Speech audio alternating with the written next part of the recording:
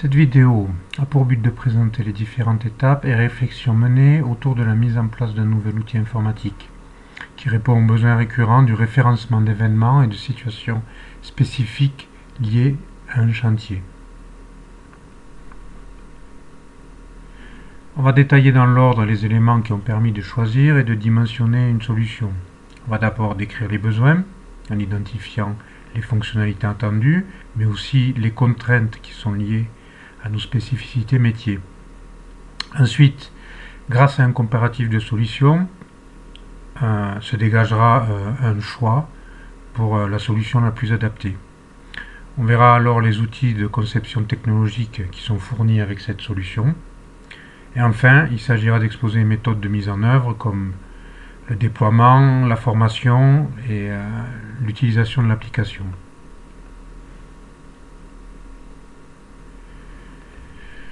Pour ce qui est des besoins et des fonctionnalités, l'enjeu est de disposer d'un outil dont la finalité est de générer un document regroupant pour un projet donné des annotations et des remarques qui sont rattachées à des zones. Chaque annotation ou remarque décrivent une situation spécifique par le biais de textes et de prises de vue avec l'ajout d'images ou de photos. C'est un besoin récurrent sur l'ensemble du projet et même à différentes étapes de la vie d'un projet. L'outil apporterait une aide à l'automatisation et un gain de temps pour générer ces documents de synthèse.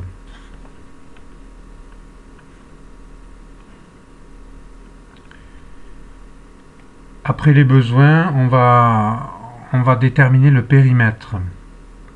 Ce sont nos modes de fonctionnement et nos besoins qui nous imposent un périmètre. Pour cibler les contraintes auxquelles l'outil doit répondre, nous allons étudier ce périmètre. Tout d'abord, nous sommes mobiles en France et à l'étranger et souvent soumis à des zones blanches. L'utilisation de l'outil se fera aussi sur site, sur chantier. Il faut donc privilégier des équipements légers et équipés d'appareils photo, tels que des smartphones, et permettant aussi un fonctionnement sans connexion Internet. Une flotte Android est déjà disponible et déployée dans l'entreprise. L'outil doit donc être pleinement compatible sur des terminaux de type Android. L'application doit permettre de saisir des informations pour chaque zone, y joindre des annotations et des remarques comprenant des textes et des images ou des photos, ce qui implique l'accès à l'appareil photo, mais aussi à la liste d'images qui est déjà stockée et disponible dans l'appareil photo, dans le téléphone. Un document de synthèse regroupant toutes les annotations, textes, plans, photos classées par zone doit être généré. Ce document doit aussi être modifiable avec un traitement de texte. Les informations de l'utilisateur seront présentes sur le document, telles que son nom, son mail. Le document est nominatif, ce qui nécessite la connexion de l'utilisateur avec des identifiants et un mot de passe. Le projet et les documents doivent pouvoir être sauvegardés en local sur le téléphone et transférés vers le cloud par le biais d'un accès Internet.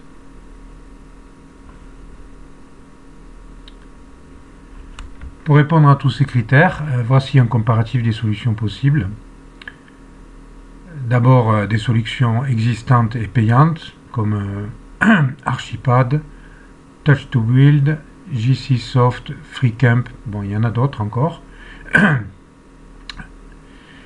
Toutes ces applications du commerce génèrent des rapports qui regroupent des informations liées à un chantier et par exemple des suivis de tâches. Pour la mobilité, ce sont des applis web, donc elles sont disponibles partout tant qu'on a une connexion web. Pour ce qui est du mode hors ligne, les explications des fournisseurs restent vagues sur leur site web et vagues aussi sur le comportement de l'application en cas de perte de connexion. Les solutions sont compatibles Android, toutes. On a la possibilité aussi d'accéder au contenu du téléphone, récupérer des images ou des photos, mais aussi prendre des photos. On l'a vu, un document de synthèse est généré. Le document ne semble pas modifiable en général car c'est des documents au format PDF. Pour ce qui est de la gestion des utilisateurs, on n'a pas d'informations du revendeur sur cette question. Pour les sauvegardes aussi, c'est peu documenté, elles semblent optionnelles ou payantes. C'est-à-dire si on veut une option de sauvegarde vers le cloud propriétaire de la société, on paye un coût supplémentaire. Bon, on avait déjà des prix, pour les prix ça varie entre 20 € et 70 € par mois. Alors on ne sait pas non plus si c'est par terminal ou par utilisateur, c'est pas clair. Les solutions proposées, les fonctionnalités sont souvent surdimensionnées et coûteuses. Donc on perd la maîtrise du coût, on perd aussi la possibilité de maîtriser les demandes d'évolution sur les fonctionnalités souhaitées. Donc ça c'était la solution marketing. Il y a aussi la solution web qui consiste au développement spécifique d'un site web de type applicatif métier avec des langages de technologie full web. Donc si on reprend les critères point par point, pour ce qui est de répondre aux critères du périmètre, la mobilité est assurée, on est sur une appli web, donc on peut de la même manière accéder à l'appli partout, tant qu'on a une connexion internet, c'est possible. Pour le mode hors ligne, ça n'est pas prévu par défaut, c'est difficile à mettre en œuvre et ça nécessite la maîtrise de plusieurs langages et aussi l'installation de plusieurs frameworks. La compatibilité Android est bonne. L'accès au matériel pour le stockage de données ou la prise de photos n'est pas possible par défaut, de la même manière que l'accès hors ligne. Ça nécessite l'installation de l'utilisation de plusieurs langages et d'autres frameworks aussi. Il est possible de générer un document qui sera modifiable. La solution web permet aussi un mode multi-utilisateur ou la gestion des utilisateurs. On peut faire des sauvegardes distantes. Au final, cette solution est lourde et complexe, du fait de la nécessité d'utiliser plusieurs langages et frameworks pour satisfaire aux critères du mode hors ligne et l'accès au matériel. Les technologies à utiliser sont le HTML, le CSS, le JavaScript, couplés avec des frameworks Ionic ou Cordova qui permettent de transformer une application web à une application pour smartphone. On doit aussi utiliser AngularJS qui est un langage. Bon, ce sont tous des outils gratuits open source, mais voilà, ça multiplie la complexité et les connaissances à avoir. La dernière solution, qui consiste à effectuer un développement spécifique pour Android, a répondu favorablement point par point à chacun des critères du périmètre. Pour la mobilité, le mode hors ligne, la compatibilité avec des terminaux Android, l'accès au matériel, la prise de photos, l'accès aux images ou plans, qui seraient déjà disponibles sur le téléphone, mais aussi la possibilité de gérer un document modifiable, de générer un document modifiable, de fournir un mode utilisateur et assurer une sauvegarde locale et distante. C'est donc la solution qui a été retenue, c'est une solution gratuite et open source. L'environnement de développement Android Studio est fourni par Google, un seul langage est requis, c'est le Java. Android dispose aussi d'une forte communauté active de développeurs. C'est donc assez facile de trouver des informations. Cette solution permet la maîtrise des coûts et les évolutions futures du logiciel.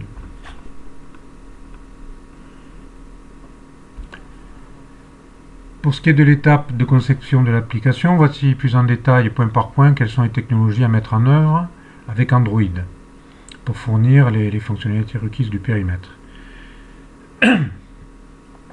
L'application développée en mode natif Android sera en langage Java avec l'environnement de développement Android Studio qui assure une compatibilité à 100% avec système Android. Pour ce qui est de la contrainte de mobilité, les terminaux de type smartphone ou tablette sous Android, disposant d'un appareil photo, sont suffisamment légers et maniables pour assurer un bon fonctionnement sur site ou sur chantier. Pour le mode hors ligne, Android met à disposition une base de données SQLite et un système de stockage de fichiers ou d'accès en lecture-écriture aux dossiers et fichiers contenus dans le téléphone grâce à l'option External Storage. Il est aussi possible d'accéder directement aux photos et images présentes sur le téléphone par la galerie, mais aussi si on dispose à ce moment-là d'une connexion Internet, il sera possible d'accéder soit au cloud, soit aussi un drive quelconque. Pour générer un document, la solution la plus appropriée est de générer un fichier HTML qui est léger et offre une pré-mise en page. C'est un format qui assure aussi une compatibilité avec MS Word. Pour affiner la présentation et notamment la pagination, mais aussi l'imprimer en PDF. Il existe des librairies pour générer directement des PDF, mais il est délicat, voire impossible de gérer la pagination, ou les rapports d'échelle avec les photos sont bidons, ce qui rend les documents moins cohérents, et ces documents seront aussi difficilement modifiables. Il existe aussi des librairies pour générer des documents Word, soit payantes, aux alentours de 600 € par an, soit gratuites comme Apache POI, mais qui offrent peu de possibilités de mise en page comparé à la méthode HTML. Pour assurer le mode multi-utilisateur est mis en place dans la base de données SQLite une base de données utilisateur avec identifiant et mot de passe et quelques autres informations. Il sera nécessaire de se connecter à l'application avec des identifiants lors du lancement de l'application. Ainsi, les informations spécifiques à l'utilisateur pourront être récupérées et insérées dans le document final. Pour les sauvegardes, locales d'abord, grâce à l'option External Storage, on est autorisé à écrire des informations du projet dans l'espace de stockage du téléphone. On pourra aussi générer un fichier compressé zip stocké sur le téléphone qui contiendra toutes les informations d'un projet. C'est l'option External Storage qui permet aussi une connexion USB du téléphone et l'accès par le PC aux données qui sont stockées dans l'espace de stockage interne. Pour ce qui est des sauvegardes distantes, on peut utiliser une librairie Java gratuite qui s'appelle Sardine, qui est open source, qui permet la connexion cloud en utilisant le protocole de gestion de fichiers distants WebDAV, et qui nous permettra de copier le fichier compressé vers un répertoire distant de notre cloud. L'accès au stockage et l'accès à l'appareil photo et à Internet nécessitent des permissions spéciales. Il faudra que l'utilisateur autorise ces permissions lors de l'installation de l'application.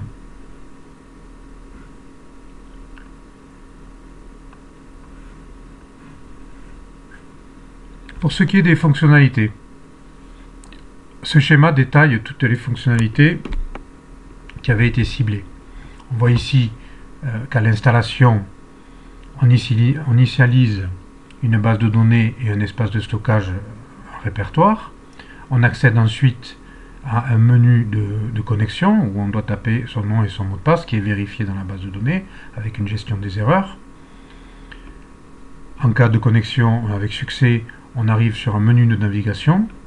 Ce menu de navigation nous permet d'accéder à la gestion des préférences. La gestion des préférences contient nos codes utilisateurs, les informations de connexion à notre cloud, la qualité de compression souhaitée pour les photos qui sont insérées dans le document. Pour l'utilisateur qui sera gestionnaire du programme, il aura accès à la gestion de la base utilisateur. Donc il pourra ajouter, supprimer, modifier un utilisateur en accédant à ces informations d'identifiant de connexion, le mail, le password, le nom. Et enfin le menu principal qui est le menu projet ou chantier, qui lui nous permet aussi de créer, de modifier, de supprimer des chantiers. C'est à partir de ce menu qu'on pourra aussi, dans un chantier donné, créer différentes zones, une à plusieurs zones. De la même manière, on créera, on modifiera, on ajoutera, on supprimera des zones. Une zone est caractérisée par un nom, un numéro d'ordre d'affichage, un descriptif et une photo de façon optionnelle. Chaque zone contiendra des annotations, une ou plusieurs annotations.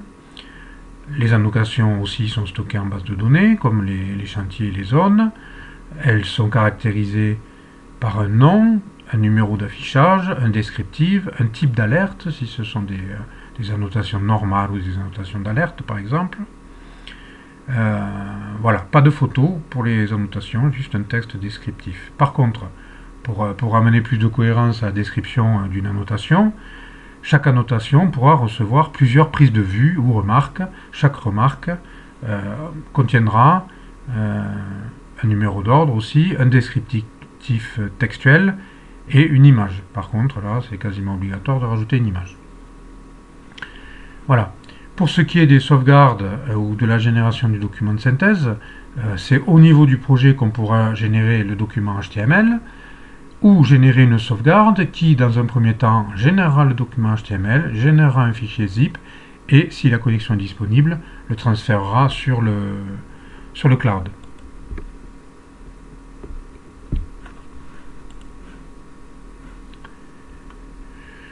Pour ce qui est de l'architecture, donc on voit ici la zone en grise qui représente les fonctionnalités disponibles sur le téléphone en mode de fonctionnement. Donc on retrouve notre base de données qui est locale au téléphone. L'arborescence de stockage interne, donc par exemple le projet P1 avec 3 zones Z1, Z2, Zn, le fichier HTML qui a déjà été généré et d'autres fichiers P2, P3. Donc ce sont ces dossiers qui contiennent toutes les images et les informations liées au projet, et la base de données qui contient les informations textuelles. Lors de la création d'une sauvegarde, un fichier zip est créé et stocké dans le répertoire backup sur le téléphone. Et par la suite, si on nécessite une connexion, si on dispose d'une connexion internet, ce fichier zip pourra être envoyé sur le cloud. Lors de la création des projets ou des zones, on va soit vouloir prendre des photos, surtout pour les annotations et les remarques, qui sont des nouveaux points qu'on veut mettre à disposition. Par contre, pour les projets et les zones, en général, c'est des informations ou des photos qu'on aura déjà stockées, soit sur le téléphone, soit on pourra, avec l'aide de la connexion Internet, accéder au Drive ou au Cloud, dans lequel on aura déjà mis à disposition les photos du projet et les photos des zones, qui peuvent être des plans ou d'autres types de photos. Pour accéder à ces données, on accédera d'abord par la galerie du téléphone. On voit aussi ici qu'il est possible de connecter directement le téléphone par le biais d'une connexion USB. Et alors à ce moment-là, on accédera à toutes les informations qui sont disponibles stockées sur le téléphone, notamment le fichier zip qu'on pourra récupérer sur le téléphone, des IP. On peut aussi se récupérer ce fichier zip du cloud, si jamais il était envoyé dans le cloud, et c'est ce fichier qui contiendra le fichier HTML, il faudra le dézipper pour accéder au fichier HTML et l'éditer dans Word.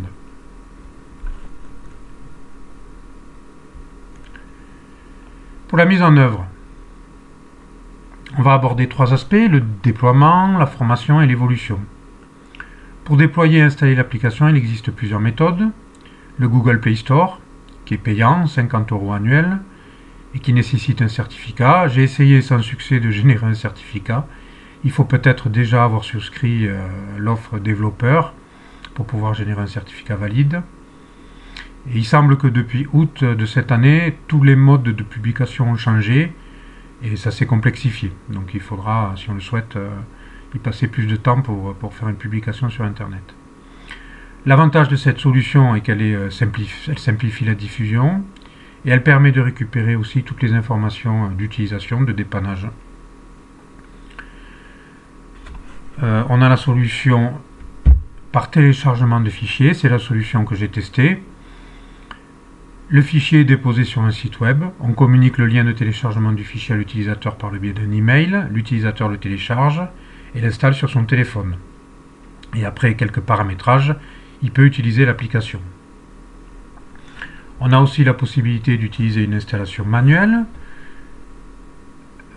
mais ça ne peut se faire que sur mon poste, en branchant physiquement le téléphone de l'utilisateur. C'est peu pratique pour les utilisateurs distants et pour les futures mises à jour ou réinstallations.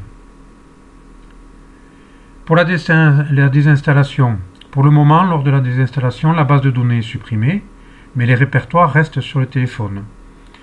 Est-ce utile ou judicieux de les conserver? Il va falloir se poser la question, sachant que cela peut engendrer des conflits en cas de réinstallation d'une nouvelle version.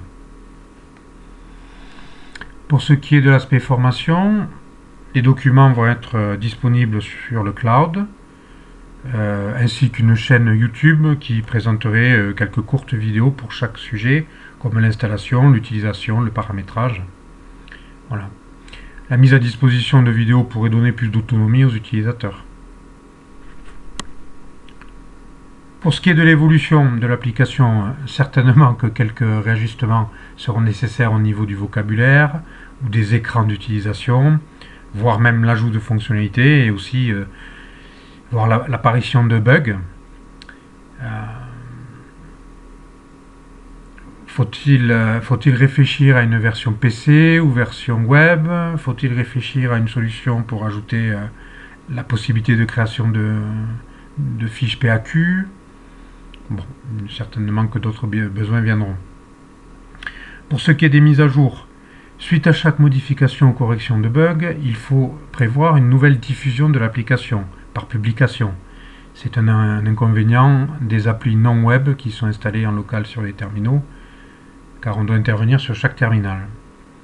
Cela amène quelques interrogations sur le mode de publication, sur la conservation des données. Je n'ai pas encore effectué de test.